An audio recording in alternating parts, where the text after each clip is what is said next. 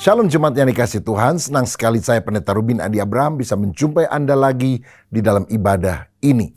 Saya mengucapkan selamat tahun baru, kiranya berkat Tuhan melimpah dalam kehidupan kita.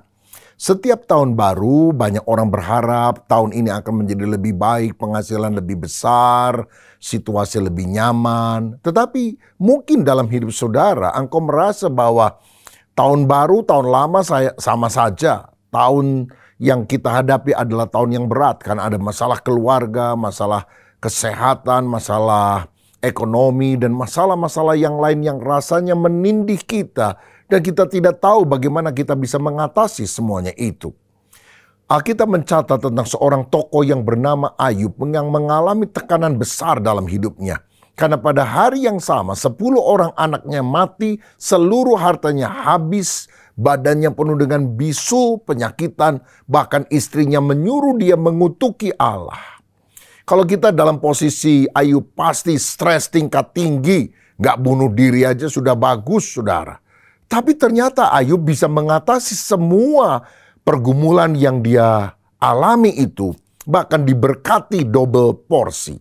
Apa rahasianya? Inilah yang akan saya bahas dalam pembacaan firman, kiat kuat menghadapi tahun yang berat. Mari kita akan baca Ayub pasal 22 ayat 21 sampai 26. Demikian bunyinya. Ayub 22 ayat 21 sampai 26. Berlakulah ramah terhadap dia supaya engkau tentram. Dengan demikian engkau memperoleh keuntungan. Terimalah apa yang diajarkan mulutnya dan taruhlah firman-Nya dalam hatimu. Apabila engkau bertobat kepada Yang Maha Kuasa dan merendahkan diri, apabila engkau menjauhkan kecurangan dari dalam kemahmu, membuang biji emas ke dalam debu, emas Ofir ke tengah batu-batu sungai, dan apabila Yang Maha Kuasa menjadi timbunan emasmu dan kekayaan perakmu, maka sungguh-sungguh engkau akan bersenang-senang karena Yang Maha Kuasa dan akan menengadah kepada Allah. Ada 4 kunci untuk kita kuat menghadapi tantangan yang berat, bahkan berkemenangan dan mengalami sukacita dari Tuhan. Yang pertama, kita harus hidup akrab dengan Tuhan. Ayat 21 berkata, berlakulah ramah terhadap dia supaya engkau tentram, dengan demikian engkau memperoleh keuntungan. Saudara sekalian, saya percaya kehidupan penuh dengan tantangan. Tapi kita bisa mengatasinya jika kita manunggal dengan Tuhan, bersama dengan Tuhan. Mazmur 60 ayat 14 berkata, dengan Allah kita lakukan perbuatan gagah perkasa, karena Dia sendiri yang akan menginjak-injak lawan kita. Filipi 4 ayat 13 mencatat, segala perkara dapat kutanggung di dalam Dia, Kristus, yang memberikan kekuatan kepadaku. Kita tahu manusia itu terdiri dari 3 dimensi, tubuh, jiwa, dan roh. Nah, roh inilah yang membuat kita berhubungan dengan Allah. Tetapi dosa telah menceraikan hubungan persekutuan, sehingga sekarang menjadi hubungan perseteruan. Allah menjadi musuh bagi manusia, dan upah dosa adalah maut, dihukum selamanya di dalam api neraka. Itu sebabnya Kristus datang dari sorga dan mati di atas kayu salib bukan karena dosanya sendiri, tapi mengampuni dosa dan saya dan saudara yang bertobat dan percaya kepadanya supaya kita dipulihkan. Dan kalau kita sungguh percaya kepada Yesus, kita didamaikan dengan Allah. Dan kita disebut sebagai anak-anak Allah. Artinya hubungan kita dengan Tuhan menjadi akrab, menjadi intim. Saudara-saudara, tidak ada agama apapun di dunia yang mengajarkan umatnya memanggil sesembahan tertinggi sebagai Bapa, kecuali Kristen. Kenapa? Karena melalui Kristus, kita yang percaya kepadanya diangkat menjadi anak Bapa sorgawi. Hubungan kita, hubungan yang sangat akrab. Salah satu tokoh yang punya hubungan akrab dengan Tuhan adalah Daud. Dalam Mazmur 27 ayat 4 dikatakan, satu hal telah kuminta kepada Tuhan, itulah yang kuingini, diam di rumah Tuhan seumur hidupku, menyaksikan kemurahan Tuhan dan menikmati bait-Nya. Daud bukan orang sempurna, dia pernah gagal, pernah sombong, pernah membunuh orang, pernah berzina dengan istri Uria. Tetapi dia bertobat, dia hancur hati, dan dia suka memuji, menyembah Tuhan. Dia ingin menyenangkan hati Tuhan. Dan saya percaya kalau saudara di tengah tantangan kesulitan, menjalin relasi dengan Tuhan. Kekuatan Tuhan akan datang. Man's power sangat terbatas. God's power tanpa batas. Dan bagaimana supaya kita menyukakan hati Tuhan, intim dengan Dia? Hiduplah seperti Daud. Hidup dalam doa, pujian, dan penyembahan. Seperti Daud yang adalah pemazmur yang disukai di Israel. Dia memetik kecapi, dia mengarang lagu-lagu pujian kepada Allah. Dia menyembah Tuhan. Bahkan dia pernah berkata, 7 kali dalam sehari aku memuji-muji Engkau. Wow, luar biasa. Daniel berdoa 3 kali sehari. Saudara sepupu kita bisa doa 5 kali sehari. Tapi Daud bilang 7 kali dalam sehari, aku memuji-muji Engkau. Mungkin saudara bilang, Daud pengangguran kali, gak banyak acara, jadi santai-santai. Daud itu raja loh saudara. Raja yang ngatur seluruh negara, tentu dia sangat sibuk. Tapi ini bicara soal prioritas. Mari kita menjalin persahabatan dengan Allah dalam doa, pujian, dan penyembahan. Menyukakan hati Tuhan. Itu yang paling kita rindukan dalam hidup ini. Mungkin saudara pernah dengar satu kali di sebuah peternakan ada beberapa ekor binatang yang sedang bertengkar memperebutkan siapa binatang yang paling disukai oleh bos. Kuda bilang, pasti bos sangat suka sama saya karena saya dipakai sebagai kuda tunggangan yang mengantarkan dia ke sana kemari. Sapi bilang, belum tentu, bos lebih suka sama saya karena saya ini tiap pagi susunya diperah. Dan anak bos bisa minum susu sapi yang segar sehingga dia bisa sehat. Ayam bilang, belum tentu kamu yang disukai. Aku yang paling disukai karena tiap hari aku beri telurku dan dimakan dan menyehatkan seluruh keluarga. Mendengar pembicaraan kuda, sapi, dan ayam, seekor anjing kecil menjadi resah, malu. Dia datang sama induknya yang besar. Dia bilang, Mama, saya malu. Karena saya nggak bisa berprestasi seperti kuda, sapi, ayam. Saya nggak bisa menghasilkan apa-apa. Bagaimana saya bisa disukai oleh bos? Lalu mamanya bilang, kamu memang tidak bisa seperti kuda yang kuat, sapi yang punya susu, ayam yang bisa bertelur. Tapi coba kalau bos kamu pulang, kamu sambut dia, kamu lompat-lompat. Kamu kibas-kibaskan ekor kamu naik ke pangkuannya. Pasti bos akan senang. Sore itu betul ketika bosnya pulang dari satu tempat kelihatannya capek. Anjing nari-nari, anjing goyangkan ekornya, anjing lompat ke pangkuannya. Oh, bos ini bilang, aduh kamu lucu banget ya. Segala kelemahan saya sekarang hilang rasanya. Lihat kamu ini. Saudara sekalian, saya mau bilang, mungkin saudara seperti anjing kecil yang tidak bisa memberikan banyak uang untuk pembangunan, engkau tidak bisa melakukan perkara hebat untuk Tuhan.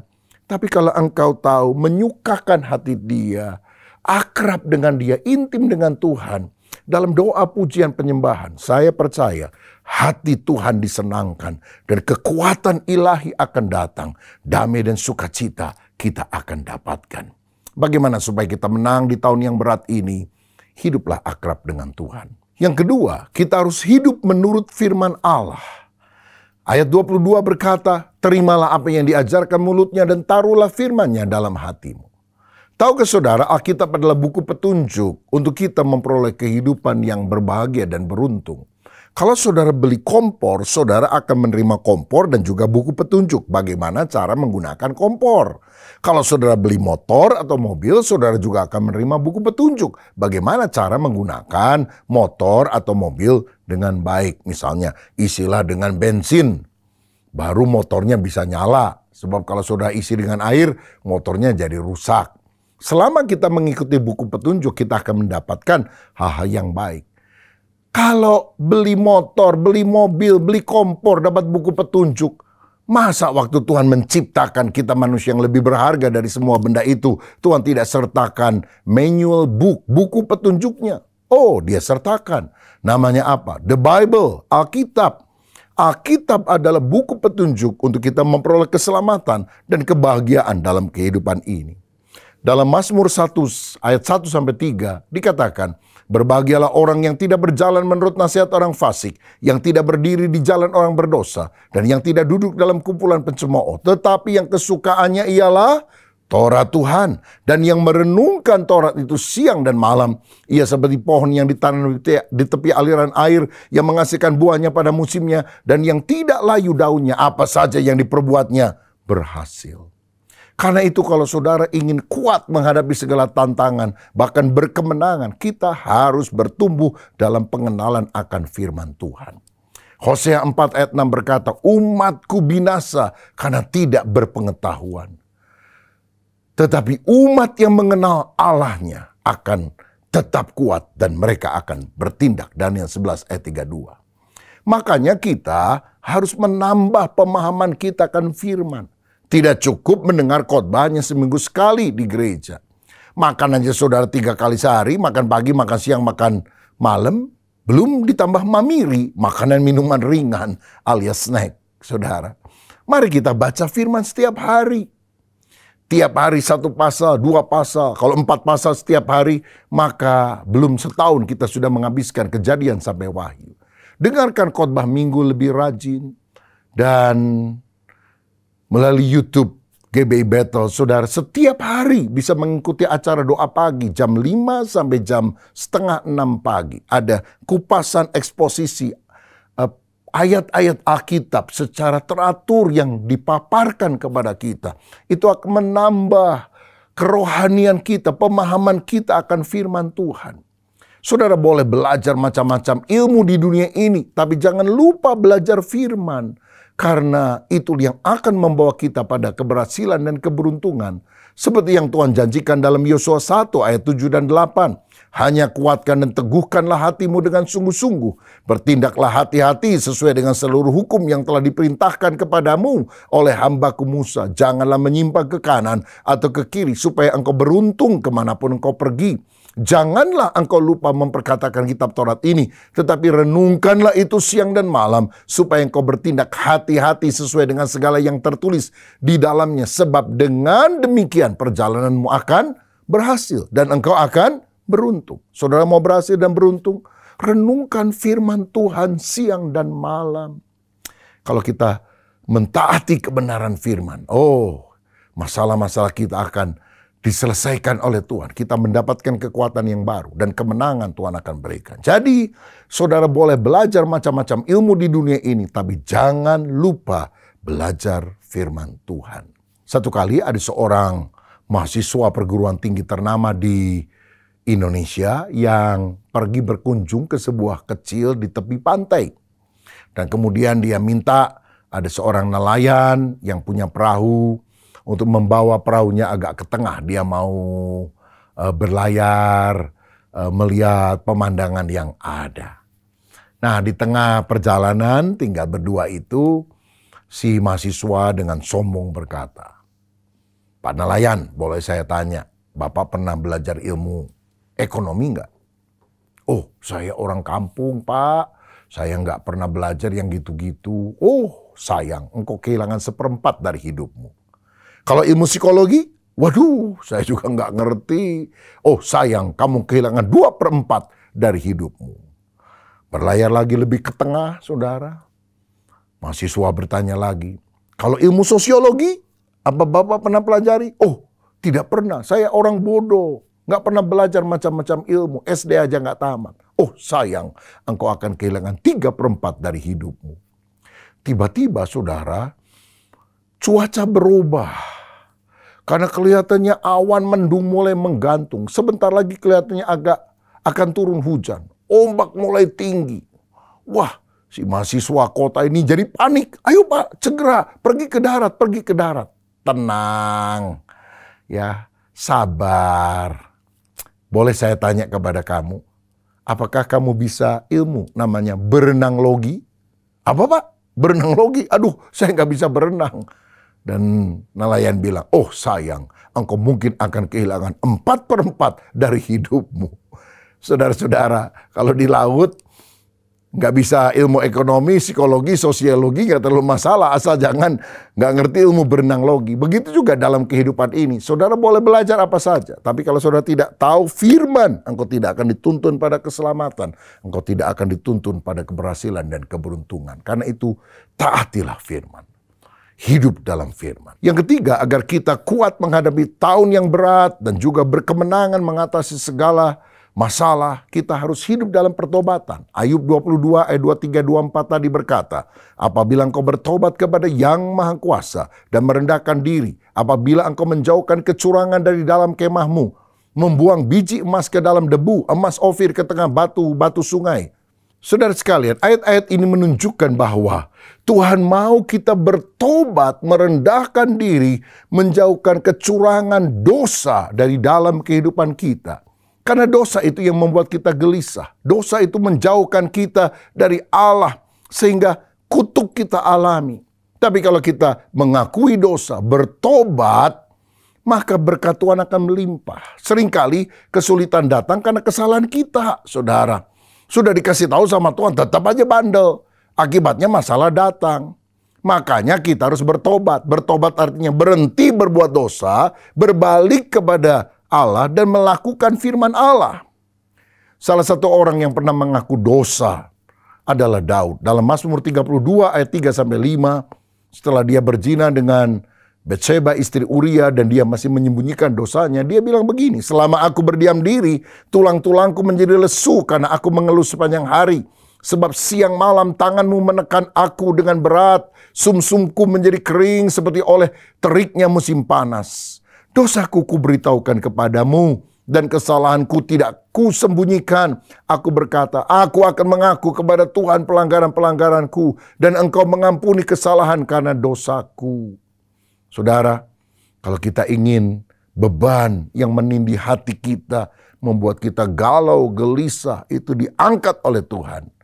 Kuncinya adalah pertobatan. Ketika Daud mengaku dosa, Tuhan mengampuni dia. Dan dia berjalan lurus kembali sesuai dengan kehendak Tuhan. Beberapa waktu yang lalu saya melayani dalam konvensi nasional dari Full Gospel Businessman Fellowship International yang ada di Indonesia. Pertemuannya di kota Jakarta. Seluruh ketua-ketua chapter dari seluruh Indonesia bahkan dari luar negeri hadir. Dalam pertemuan itu ada International President dari Full Gospel Businessman. Yang kali ini berasal dari negara Ghana di Afrika. Saudara, dalam paparannya dia menyatakan dia seorang pengusaha, kaya raya, sukses. Tetapi ada sakit yang tidak sembuh-sembuh. Dan hatinya juga gelisah. Satu kali dia berdoa sama Tuhan. Tuhan, kenapa engkau izinkan penyakit ini tidak sembuh-sembuh? Dan Tuhan mengingatkan bahwa dia kalau usaha seringkali tidak jujur. Dia tidak jujur dalam masalah pajak dan hal-hal yang lain. Dan Tuhan memberikan keyakinan dalam hatinya bahwa dia harus membenahi kehidupannya. Dan akhirnya dia mengambil keputusan untuk hidup lebih jujur lagi. Dan apa yang terjadi? Hanya beberapa bulan setelah keputusan itu, penyakitnya sembuh. Dia sehat sampai hari ini. Bahkan kemudian dipercaya menjadi pimpinan daripada Full Gospel Businessman secara internasional. Saudara, kalau kita mau menang mengatasi situasi yang berat, kita harus hidup dalam pertobatan.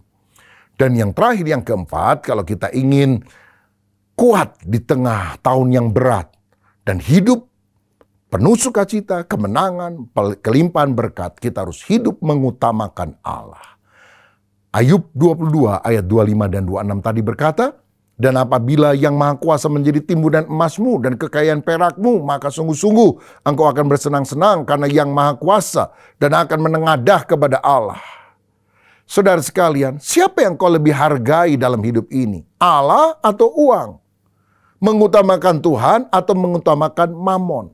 Sekarang ini ada banyak orang tidak ke gereja. Alasannya apa? Sibuk, banyak urusan, banyak kerjaan. Saya ingat satu kali ada seorang pendeta berdiri di pintu luar gereja menyalami jemaat yang mau pulang. Shalom, selamat hari Minggu, Tuhan memberkati. Tiba-tiba dia lihat ada wajah asing, dia bilang, selamat datang Pak, Anda jemaat baru di tempat ini. Ah, Pak Pendeta masa lupa sama saya kan jemaat lama. Oh, minta maaf. Mungkin jemaat cukup banyak jumlahnya jadi saya agak lupa. Ngomong-ngomong, minggu lalu Bapak ke gereja? Oh tidak. Bulan lalu? Oh tidak. Loh, kalau gitu kapan terakhir kali Bapak ke gereja? Kira-kira 3 tahun yang lalu lah Pak. Loh, pantesan saya lupa.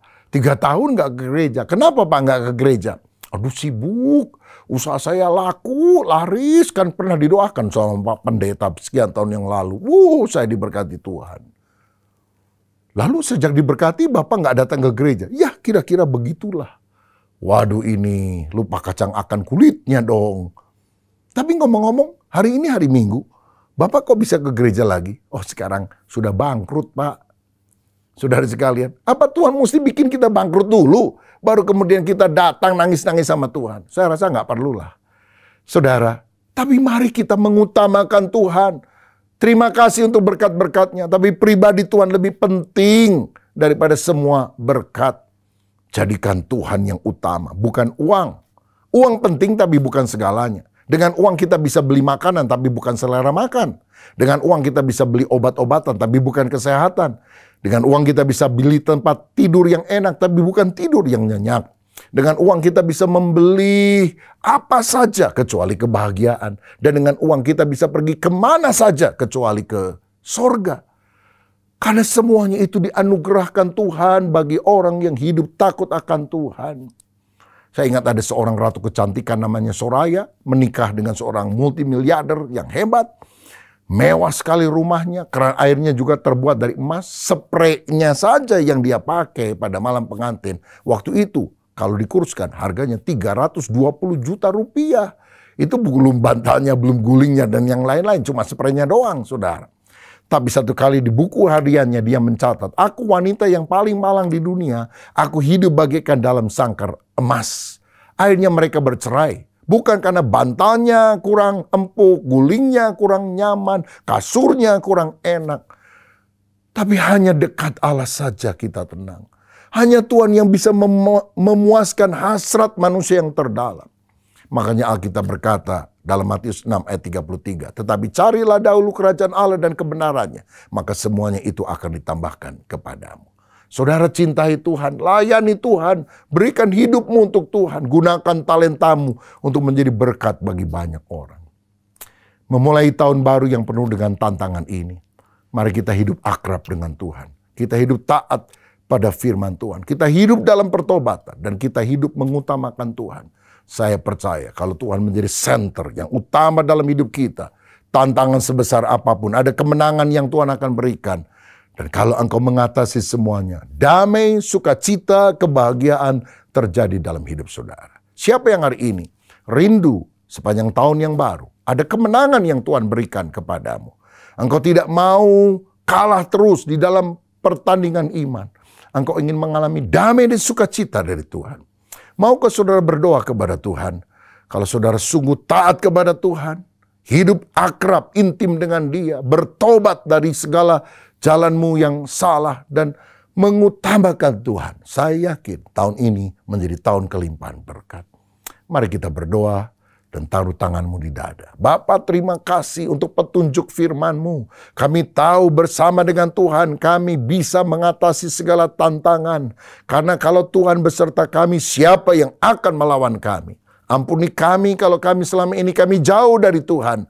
Kami hidup mau-maunya sendiri. Tapi hari ini kami mau bertobat. Kami mau taat kepada Tuhan. Kami mau membaca firman, mentaati firman. Dan kami mau mengutamakan Tuhan. Bapa, segala beban, masalah, tantangan. Dalam nama Yesus, berikan kami kemenangan. Biar mujizat itu terjadi dalam hidup kami. Dan kami bertekad untuk mengiring Yesus sampai selama-lamanya. Sekali Yesus, tetap Yesus. Dan biarlah sepanjang tahun ini penyertaan Tuhan atas kami. Demi nama Yesus, kami berdoa dan mengucap syukur. Haleluya. Amin. Tuhan Yesus